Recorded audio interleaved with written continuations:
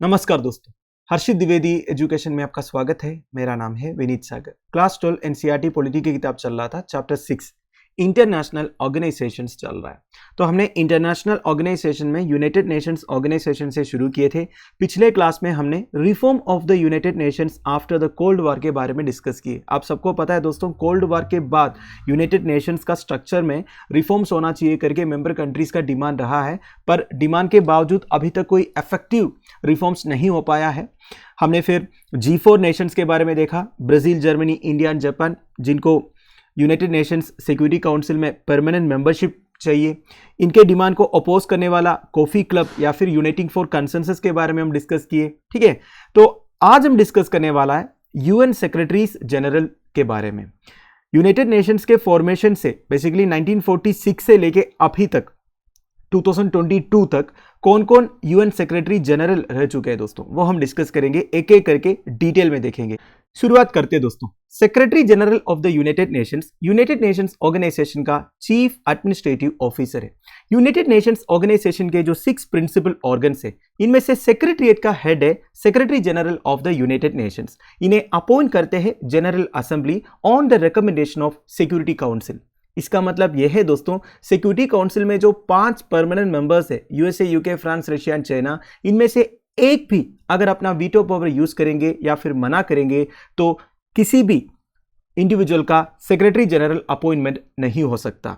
तो 1946 से लेके 2022 तक जितने भी सेक्रेटरी जनरल्स रहा है यूनाइटेड नेशंस का, वो सारे परमानेंट मेंबर्स के फेवर में हुआ है। ठीक है, वैसे इनके रोल्स एंड रिस्पॉन्सिबिलिटीज के बारे में article 15 of the UN charter में लिखा हुआ है, ये भी आप ध्यान दीजिएगा। अभी तक टोटल 9 सेक्रेटरी जनरल्स रह चुका है, एक एक करके हम डिस्कस करेंगे। So the first secretary general of United Nations organization was Trygve like 1946 से लेके 1952 तक। ये नॉर्वे से थे, लॉयर थे, फॉरेन मिनिस्टर ऑफ नॉर्वे भी रह चुके थे।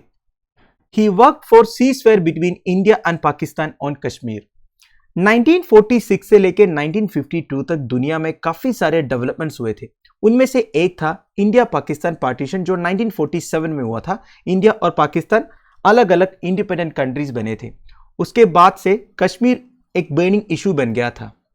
तब हमारे प्राइम मिनिस्टर थे Jawaharlal Nehru ji. Nehru ji Kashmir issue United Nations organization में पुटअप किए थे। तो इंडिया और पाकिस्तान के बीच में जो कॉन्फ्लिक्ट चल रहा था, बेसिकली एलओसी एरिया में जो फायरिंग वगैरह चल रहा था, उधर सीज फायर डिक्लेयर करवाने में ट्राइगवे लाइक का रोल रहा। तो उस वक्त यूनाइटेड नेशंस ने अपना पीस कीपिंग फोर्स भी भेजे थे इंडिया पाकिस्तान बॉर्डर्स में, बेसिकली कश्मीर में।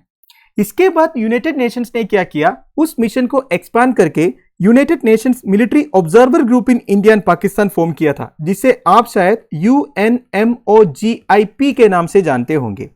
ये 1949 से लेके अब तक state of Jammu and Kashmir को सुपरवाइज करते हैं। अभी तो state of Jammu and Kashmir नहीं है, जम्मू एंड कश्मीर एंड लद्दाख 2 अलग अलग यूनियन टेरिटरीज है, ये बात आपको मालूम है। फिर भी देखिए, अभी भी UNMOGIP जो है काम करते हैं दोस्तों। पर बात यह है, 1972 में इंडिया और पाकिस्तान लाइन ऑफ कंट्रोल के ऊपर एग्री किया था। बेसिकली कश्मीर में हमने लाइन ऑफ कंट्रोल डिमार्केट किए थे।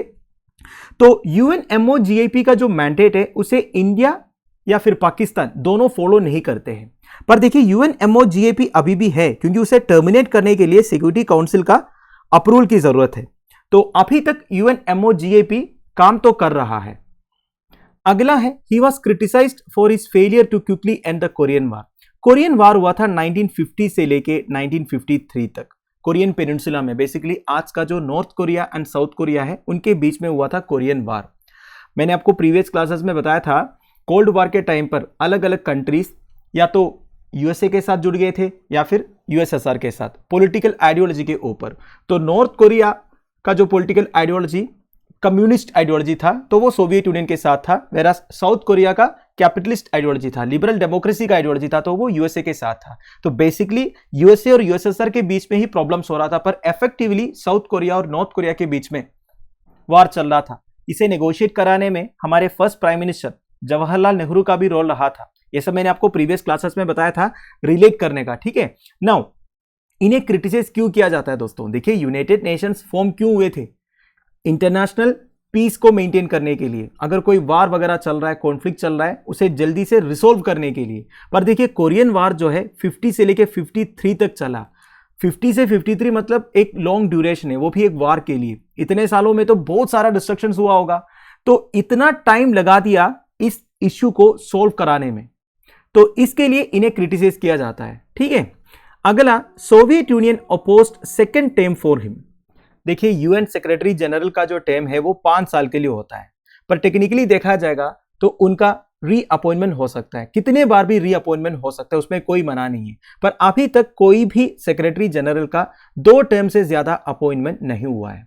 तो पहला सेक्रेटरी जनरल ट्राइक्वे लाई का भी रीअपॉइंटमेंट की बात चल रही थी, पर इस बार सोवियत यूनियन ने अपोज किया। मैंने आपको पहले ही बताया था ना, यूनाइटेड नेशन सिक्योरिटी काउंसिल में जो 5 परमानेंट मेंबर्स है उसमें से एक भी अपना वीटो पावर यूज करेंगे तो किसी का भी अपॉइंटमेंट नहीं हो सकता।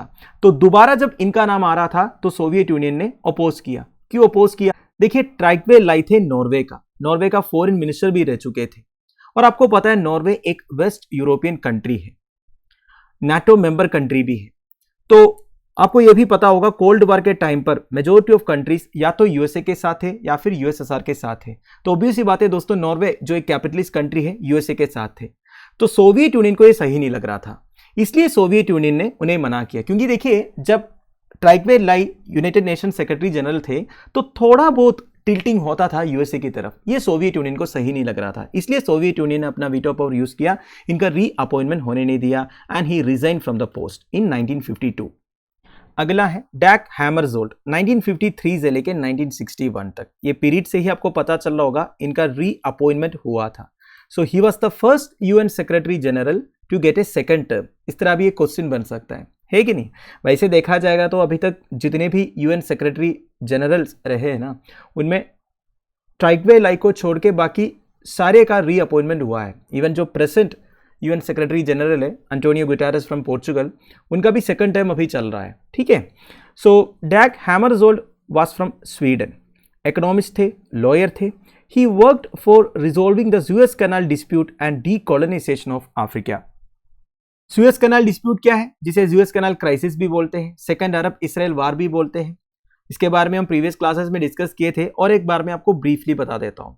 देखिए सुएज कैनाल जो है रेड सी को मिड सी से कनेक्ट करते हैं।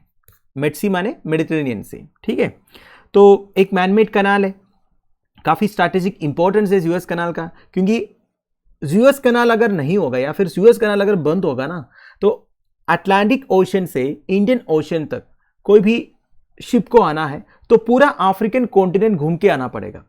अब ये सुएज कैनाल है इसलिए उधर से पास कर सकते हैं। ठीक है, तो कोल्ड वॉर के समय चल रहा था, इजिप्ट का प्रेसिडेंट बने थे गमाल अब्दुल नासर, और गमाल अब्दुल नासर का तो प्रॉब्लम चल रहा था नेबरिंग कंट्री से। तो उन्होंने क्या किया, सुएज कैनाल को नेशनलाइज किया, बोला दूसरे कंट्रीज के शिप्स को हम जाने नहीं देंगे। अब वो नेशनलाइज करने का या फिर बंद करने का और भी कई सारे रीजंस थे, उसमें मैं घुस नहीं रहा हूं, बस अब इतना ही समझ लीजिए गमाल अब्दुल नासर ने सुएज कैनाल को नेशनलाइज किया। तो इससे तो दूसरे मेजर कंट्रीज तो नाराज हुए। सबसे पहले तो इसराइल ने इजिप्ट को इन्वेड किया, इसके बाद ब्रिटेन एंड फ्रांस ने भी इन्वेड किया। तो बेसिकली एक ट्राई पार्टी अग्रेशन चल रहा था उस टाइम पर। तो इस प्रॉब्लम को सोल्व कराने में डैग हैमरजोल्ड का रोल रहा है दोस्तों। ठीक है, तो सुएज कैनाल डिस्प्यूट को सोल्व कराने में, रिजोल्व कराने में डैग हैमरजोल्ड का रोल रहा है, ये इधर बताया जा रहा है। फिर देखिए डीकोलोनाइजेशन ऑफ अफ्रीका। अब देखिए, अब सबको पता है अफ्रीका में जितने भी कंट्रीज है वो सारे कोई ना कोई एक यूरोपियन कंट्री का कॉलोनी था, है कि नहीं? तो 1953 से लेकर 1961 तक उस टाइम पीरियड में काफी सारे अफ्रीकन कंट्रीज को इंडिपेंडेंस मिला था, तो उसमें भी डैग हैमरजोल्ड का रोल रहा है। फिर देखिए, he was awarded Nobel peace prize posthumously in 1961 for his efforts to settle the Congo crisis. वैसे कॉन्गो क्राइसिस तो 1963 में खत्म हुआ था, फिर भी देखिए कॉन्गो क्राइसिस को नेगोशिएट कराने में डैग हैमरजोल्ड का रोल रहा है। अब ये कॉन्गो क्राइसिस के बारे में भी मैं आपको हल्का सा बता देता हूं। कॉन्गो क्या है? एक कंट्री है अफ्रीकन कॉन्टिनेंट में जिसका नाम है डेमोक्रेटिक रिपब्लिक ऑफ कॉन्गो।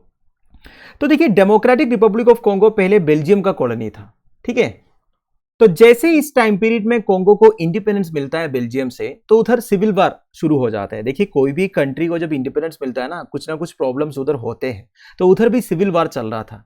तो उस सिविल वार में पूरा कॉन्गो 2 फैक्शंस में डिवाइड हुए थे, और एक फैक्शन को सपोर्ट कर रहा था यूएसए, दूसरे फैक्शन को सपोर्ट कर रहा था यूएसएसआर। देखिए कोल्ड वॉर का टाइम चल रहा था ना, कहीं पे भी कुछ भी प्रॉब्लम होता है उसमें यूएसए एंड यूएसएसआर का एक्सटर्नल इन्फ्लुएंस तो था। तो बेसिकली कोंगो के अंदर जो सिविल वॉर चल रहा था ना, एक प्रोक्सी कॉन्फ्लिक्ट था, यूएसए और यूएसएसआर के बीच में एक्चुअली प्रॉब्लम चल रहा था, पर इफेक्टिवली कौन फाइट कर रहा है, कोंगो के अंदर जो लोग हैं। तो इस तरह कोंगो क्राइसिस चल रहा था, ज्यादा डीप में नहीं जा रहा हूं, बस इतना ही समझ लीजिए। तो इस कोंगो क्राइसिस को सोल्व करने में, रिजोल्व कराने में डैग हैमरजोल्ड का रोल रहा है दोस्तों। फिर इनके टाइम पीरियड के बाद 1963 में कोंगो क्राइसिस खत्म हो जाता है। तो इनको 1961 में, बेसिकली 1961 में इन्हें पोस्टमसली नोबेल पीस प्राइज दिया गया। इनका एक फ्लाइट क्रैश में डेथ हुआ था, ठीक है। तो इनका टर्म खत्म नहीं हुआ था, 1961 में एक फ्लाइट क्रैश में इनका डेथ हो जाता है।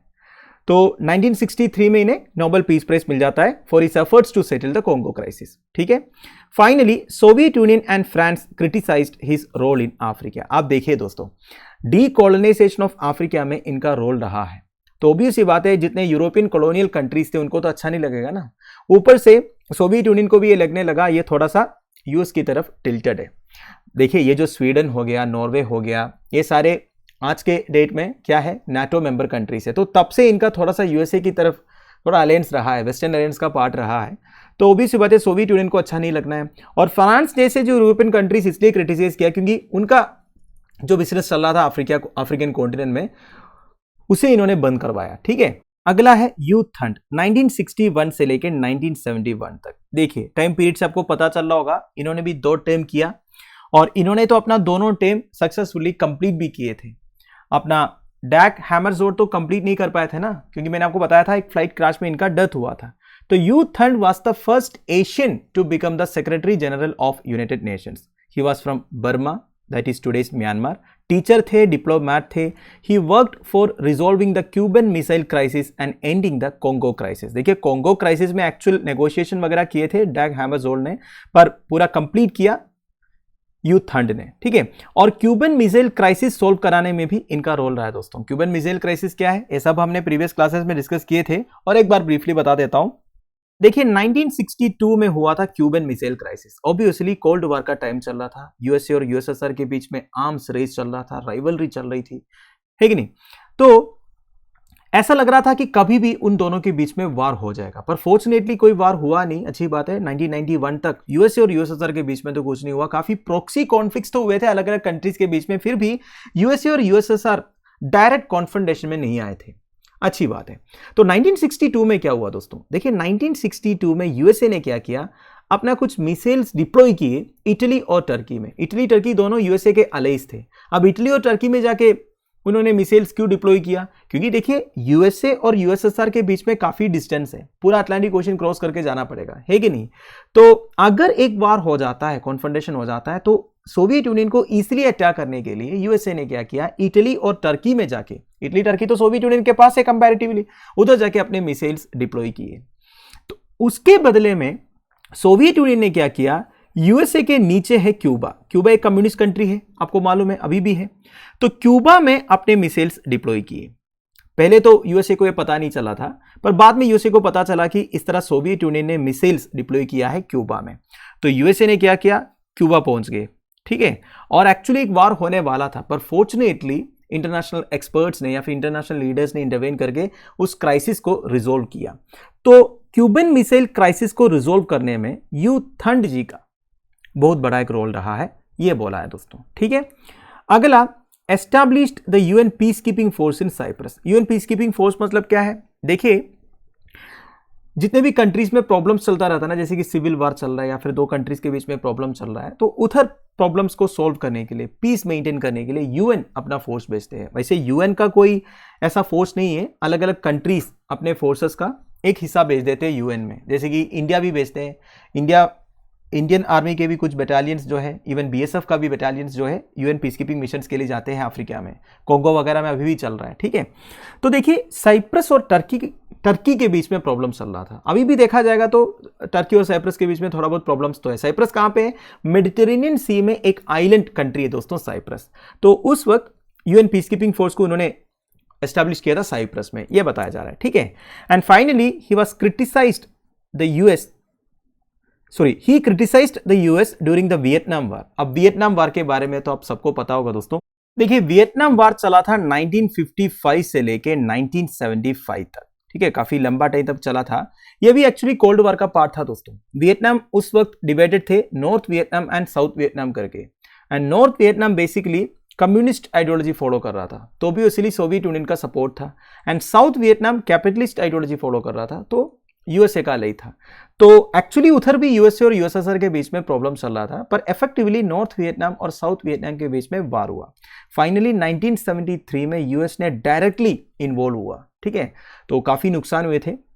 तो यू थंड ने यूनाइटेड स्टेट्स ऑफ अमेरिका को क्रिटिसाइज भी किया है वियतनाम वार में यूएस का इन्वॉल्वमेंट के लिए, यह बताया जा रहा है, ठीक है। अगला है कुर्ट वाल्डहीम। 1972 से लेकर 1981 तक he was the fourth secretary general of United Nations organization. He was from Austria, again from Europe, diplomat and foreign minister भी थे ऑस्ट्रिया का। He made efforts to resolve the problems of Namibia and Lebanon. अब देखिए Namibia and Lebanon में क्या problem चल रहा था, ये भी मैं आपको ब्रीफली बता देता हूँ। नामीबिया का लोकेशन कहाँ पे, अगर आप अफ्रीकन मैप देखोगे तो साउथ अफ्रीका का जस्ट नॉर्थर्न साइड में है नामीबिया। नामीबिया पहले साउथ अफ्रीका का पार्ट था। नामीबिया को चाहिए था इंडिपेंडेंस फ्रॉम साउथ अफ्रीका, जो साउथ अफ्रीका दे नहीं रहा था, तो ऑब्वियस ही बात है वार तो होना ही है। तो जो प्रॉब्लम चला, जो वार चला, उसे नामीबियन वार ऑफ इंडिपेंडेंस भी बोलते हैं। 1966 से लेकर 1990 तक ये चला दोस्तों, ठीक है। इसमें और भी कंट्रीज इन्वॉल्व हुए थे, इसे नामीबियन वार ऑफ इंडिपेंडेंस बोलते हैं। एंड 1990 को एक्चुअली नामीबिया को इंडिपेंडेंस मिल गया साउथ अफ्रीका से। तो इस प्रॉब्लम को सोल्व करने में बेसिकली काफी नेगोशिएशंस वगैरह करवाने में कुर्ट वाल्डहीम का रोल रहा है, ये बताया जा रहा है। अगला है लेबनान में क्या प्रॉब्लम चल रहा था। देखिए लेबनान में तो सिविल वार बहुत पहले से चल रहा था, 1958 में सिविल वार चल रहा था, फिर 1975 के करीब सिविल वार चला। लेबनान का प्रॉब्लम क्या है दोस्तों, उधर रिलीजन एंड पॉलिटिक्स को लेकर प्रॉब्लम चल रहा था। लेबनीज पॉपुलेशन अगर आप देखोगे उधर क्रिश्चियंस है, अरब्स है, मुस्लिम्स है, ठीक है। तो कोल्ड वार का टाइम चल रहा था, तो इसमें जो मुस्लिम्स है, जो अरब्स है, उन्हें सपोर्ट मिल रहा था सोवियत यूनियन से। बाकी जो क्रिश्चियंस है ऑब्वियसली उन्हें सपोर्ट मिल रहा था यूनाइटेड स्टेट्स ऑफ अमेरिका से। तो उधर भी बेसिकली एक प्रॉक्सी कॉन्फ्लिक्ट चल रहा था जिसे यूएसए एंड यूएसएसआर कंट्रोल कर रहा था, ठीक है। तो इस इशू को भी सोल्व कराने में कुर्ट वाल्डहीम का रोल रहा है दोस्तों। And he oversaw the relief operation in Bangladesh. Bangladesh को आजादी कब मिली थी, 1971 को। यह बात तो आप सबको मालूम होगा, थ्रू द इंडो पाक वार और बांग्लादेश लिबरेशन वार, ये सब नाम से आप बोल सकते हो।